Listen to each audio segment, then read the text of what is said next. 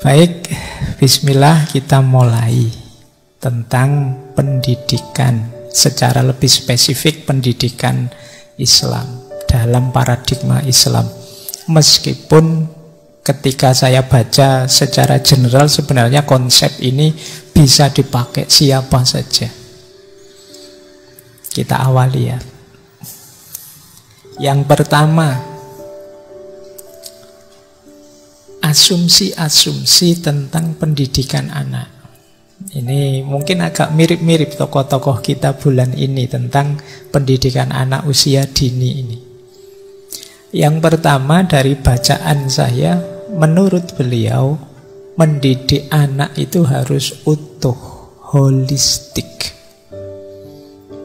Tidak sekedar melatih pikirannya, tidak sekedar mengembangkan fisiknya, tapi juga rohaninya. Makanya menurut beliau, pengembangan kepribadian anak itu harus imbang. Fikriyahnya, ruhiyahnya, dan jasadiyahnya. Seorang anak harus berkembang fisiknya, harus sehat jasmaninya, sehat rohaninya, sehat pikirannya. Berarti apa? Ya nanti kurikulum pendidikan itu harus mempertimbangkan 3 aspek ini. Sepinter apapun, sesoleh apapun, kalau tidak sehat fisiknya ya tidak akan efektif pendidikan itu. Kalian cerdasnya luar biasa, solehnya luar biasa, tapi sakit-sakitan. Itu kan manfaat dan maslahat ilmunya jadi berkurang. Waktunya dakwah, waktunya ngajar, ngreges badannya, masuk angin misal, atau perutnya kembung agak. Itu cerita saya sendiri malam ini sebenarnya.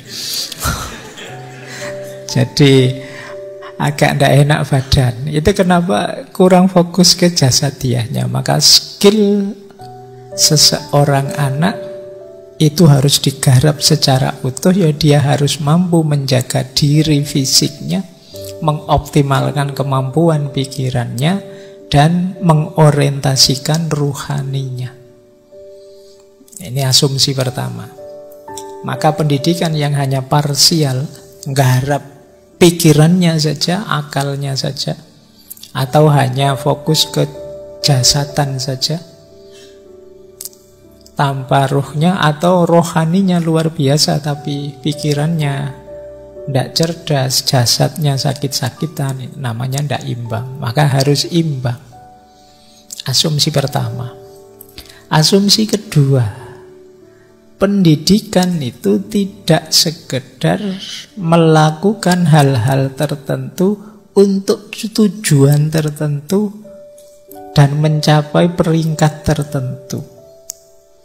Ini yang jangan-jangan kita selama ini di sini. Pendidikan itu seperti treatment yang temporer untuk tujuan tertentu demi peringkat tertentu. Peringkat tertentu itu kalau mahasiswa itu ya mungkin IPK-nya, kalau murid mungkin nilai rata-rata rapotnya, kalau lembaga kampus atau sekolahnya mungkin rating akreditasinya. Itu hanya untuk peringkat-peringkat ini. Jadi seperti minggu lalu di Takur, dia melihat kalau hanya seperti ini, ya lembaga pendidikan itu rasanya kayak pabrik. Yang masuk ke situ nanti ya keluarnya hanya sesuai target-target kecil temporer yang ditetapkan. Nah, ndak itu. Jadi bukan berarti tidak boleh itu, tapi kalimat beliau tidak sekedar itu, tidak sekedar perlakuan tertentu untuk tujuan tertentu dalam peringkat tertentu. Tapi apa? Harus lebih luas. Harus membentuk akhlak dan juga akidah. Akidah itu sandaran keimanan yang kuat untuk benteng dan juga membentuk kepribadiannya. Nanti ada penjelasannya kenapa harus ada akidahnya. Jadi Yang lebih penting memang dibentuk karakternya. Berarti hafal materi bagus, tapi akan lebih bagus kalau bisa mengolah, bisa menganalisis, bisa melakukan pendalaman-pendalaman sendiri tanpa dituntun. Itu berarti karakter pembelajarnya terbentuk. Tidak sekedar tujuan-tujuan yang temporer. Yang ketiga, kalau ini mirip kemarin ya, setiap anak punya hidup sosial, biologis, intelektual, fisik, dan psikis masing-masing yang berbeda-beda. Dan mereka ini tidak bisa milih sendiri untuk mengaktualkan semua aspek tadi. Manusia itu terbatas. Dia memerlukan pertolongan, memerlukan bantuan dari luar dirinya agar potensinya keluar. Kalian kan tidak bisa pinter sendirian. Pasti butuh bantuan orang untuk mengaktualkan kepandaianmu, bakatmu, minatmu. Jadi hakikatnya pendidikan itu sebenarnya. Mirip seperti 2 minggu sebelumnya. Oleh karena itu, pendidikan itu sebenarnya nuntun, bimbing, menasehati agar anak keluar potensinya, bakatnya. Jadi karena manusia itu tergantung ada pancingan apa di sekelilingnya yang memicu dia keluar. Kalau dapat teman yang suka membaca, ya sedikit-sedikit kita terpicu untuk membaca. Makanya Tarsan itu, tiba-tiba sampai Tarsan. Tarsan itu di hutan itu kan yo gaya bersuaranya, gaya gestur tubuhnya yo sesuai dengan binatang yang ada di sekeliling dia. Dan itulah manusia, dia bisa menyerap.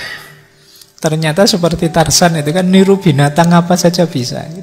Jadi berarti ada potensi itu dalam diri manusia. Makanya pendidikan itu yang paling penting ya kita bagaimana mengaktualkan potensi tadi. Kita itu seperti saya bilang isinya ragam potensi macam-macam. Kalian boleh cek dirimu. Kamu itu bisa banyak hal sebenarnya. Cuma mungkin yang diaktifasi itu kalau program, kalau software ya hanya beberapa, atau yang teraktivasi hanya beberapa. Jadi maka ini yang ketiga. Jadi hakikatnya manusia itu multidimensi, dia multipotensi. Cuma potensi ini tidak bisa keluar sendiri sebelum dituntun, diaktualkan, diaktifasi. Inilah gunanya pendidikan. Nah, sebenarnya mengaktifasinya lebih enak sejak kecil. Kalau di usia kalian ini mungkin sudah. Saya tidak tahu, mungkin kalau ada tanggal kadaluarsanya itu potensimu mungkin sudah banyak yang mulai expired. Jadi, tapi ya bisa dihidupkan lagi lah. Kalau manusia apa sih yang tidak bisa? Allah itu sangat sayang dengan kita. Kita itu mau ingin apa saja bisa kok. Baik, jadi ini 3 asumsi yang dipakai oleh beliau Syekh Nasih Ulwan untuk merumuskan konsep-konsep pendidikannya. Beliau ini yang pertama kali mencetuskan ada pelajaran namanya tarbiyah Islamiyah. Jadi pelajaran, kalau sekarang mungkin mata kuliah pendidikan Islam. Itu beliau orang pertama yang menginisiasinya. Ya isinya yang semacam kita bahas malam hari ini. Nah, oleh karena itu menurut beliau ini, kalau kita baca kitab Tarbiyatul Aulad fil Islam, jadi pendidikan itu hakikatnya adalah membekali manusia untuk kehidupannya di dunia, tapi sekaligus mempersiapkan manusia untuk kehidupan setelah nanti meninggal. Ini bedanya ya dengan yang kemarin-kemarin. Jadi karena beliau berangkat dari tradisi agama tentu saja ontologinya berbeda. Yang membedakan pendidikan dari ranah agama-agama dengan yang di luar agama-agama, asumsinya tentang realitas. Kalau yang versi umum, ya realitas itu alam syahadah saja, alam yang bisa diakses oleh panca indera akal. Tapi dalam persepsinya para pemeluk agama, termasuk Islam khususnya, itu alam ini tidak hanya alam syahadah tapi juga alam ghaib. Jadi ada alamul ghaib was syahadah. Maka secara ontologis ya, pendidikan itu tidak hanya untuk orang siap hidup, tapi juga siap menghadapi apa yang ada setelah kematian. Karena kematian bukan berarti finalnya keberadaan kita. Justru banyak yang bilang ya nasib kita itu penentunya setelah kita meninggal nanti, bukan di dunia ini. Dunia ini tempatnya ikhtiar. Jadi kalau teman-teman merasa hidup saya malang sekali, susah sekali, itu sebenarnya belum nasib. Nasibnya yang sejati nanti setelah meninggal. Ini memang fase perjuangan, dunia ini fase ikhtiar. Maka Syekh Nasi Ulwan juga begitu. Pendidikan itu berarti melatih orang, mungkin sederhananya siap hidup, siap mati. Karena mati juga dunia mati, dan setelah kematian itu ya bagian dari nanti yang kita alami. Nah, tujuan tadi berhubungan dengan caranya. Makanya beliau menyebut membekali manusia untuk hidup di dunia dan mempersiapkan manusia untuk hidup di akhirat secara, ini penting yang saya kasih warna itu ya, normatif, formatif, selektif, determinatif, integratif, aplikatif. Ini saya agak mati-matian nyari istilah Inggrisnya, biar sama-sama if-nya ya. Jadi yang pertama normatif. Normatif itu kita mendidik harus berdasarkan norma-norma yang kita yakini. Kita mendidik itu tujuannya ya menegakkan norma-norma ini, nilai-nilai hidup. Tidak mungkin kita hidup tanpa nilai. Jadi istimewanya manusia itu dia punya nilai-nilai untuk ditegakkan, yang itu berbeda dengan semua makhluk yang lain. Maka dasarnya pendidikan tentu saja harusnya nilai-nilai norma. Mengajar atau diajar itu tidak boleh nabrak norma dan nilai. Jadi maka tujuannya pendidikan ya kita membentuk manusia secara normatif. Berarti berdasarkan norma-norma yang diyakini sebelumnya. Kalau kita yakin bahwa hidup ini harus berkemanusiaan, ya ayo kita mendidik untuk membentuk manusia yang berkemanusiaan, manusia yang manusia.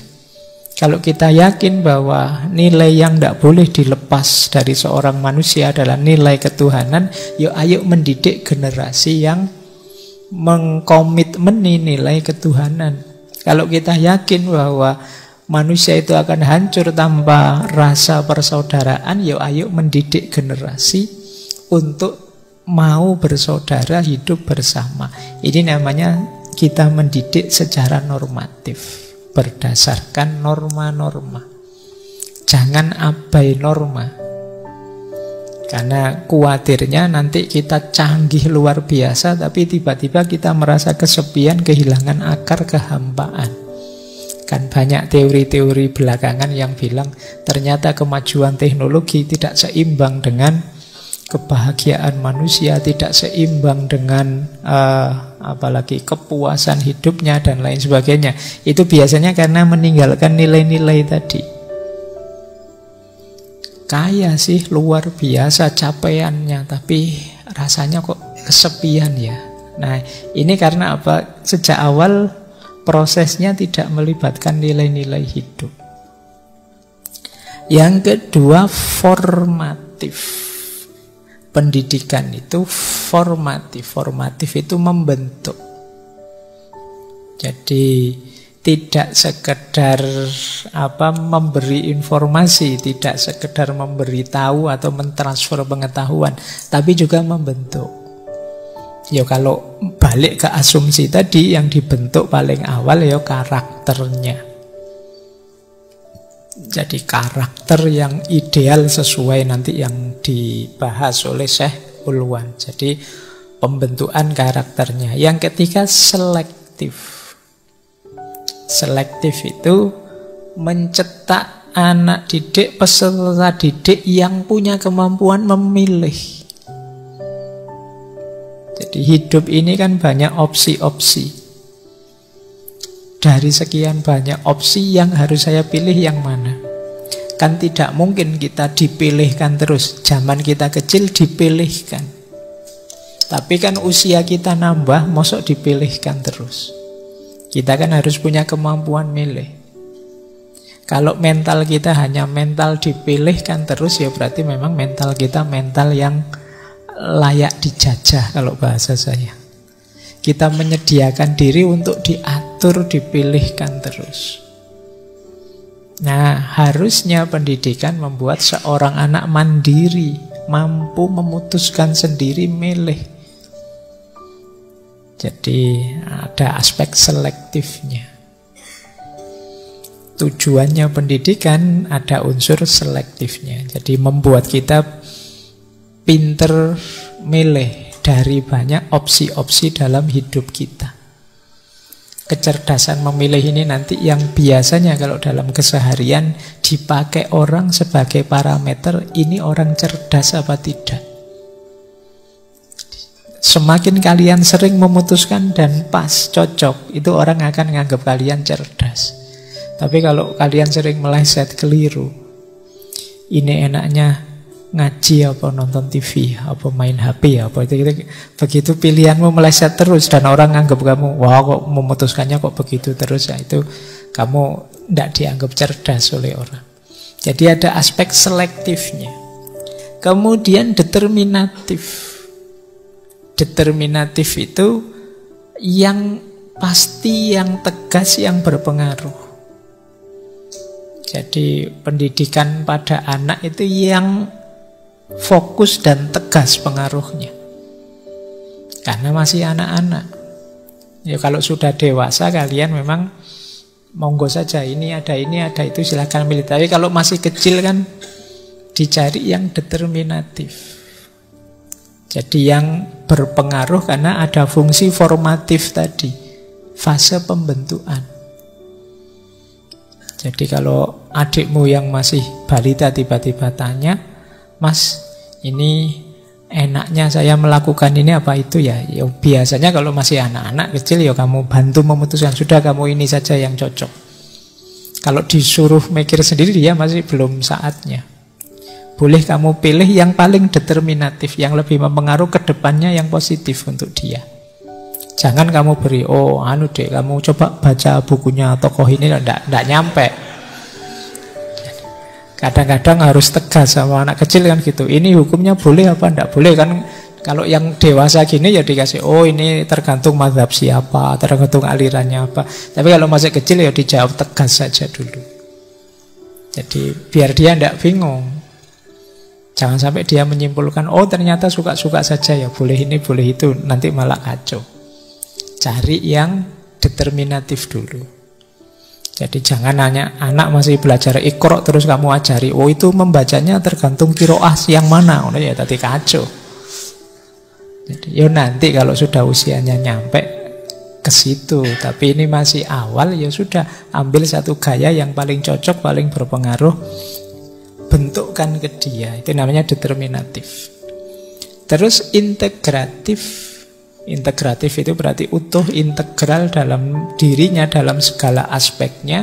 Serta aplikatif. Aplikatif itu bisa diterapkan, tidak hanya teoritis, tidak hanya sifatnya abstrak. Jadi aplikatif itu ya Pendidikan itu yang jelas. Ini saya mengajarkan ini itu untuk diterapkan seperti ini loh. Itu namanya aplikatif. Jangan terlalu mengawang, terlalu melayang-layang. Makanya kalau untuk anak-anak ya belajar filsafat pun harus yang paling basic, mungkin berpikir yang sederhana.